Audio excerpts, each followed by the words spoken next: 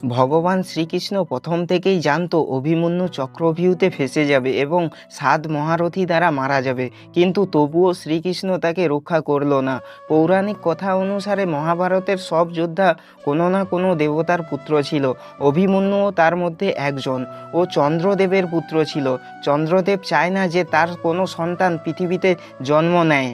ভগবান শিব যখন ঘোষণা করেন যে অভিমন্যুর জন্ম অবশ্যই হবে, চন্দ্রদেব একটা শর্ত রাখেন, অভিমন্যুর জন্ম খুব অল্পকালিক হবে।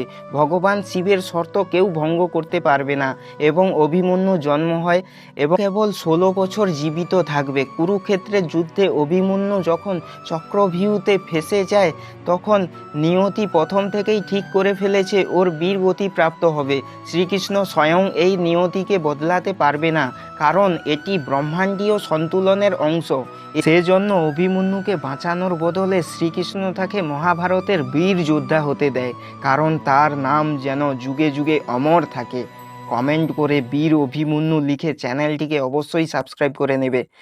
রাধে রাধে।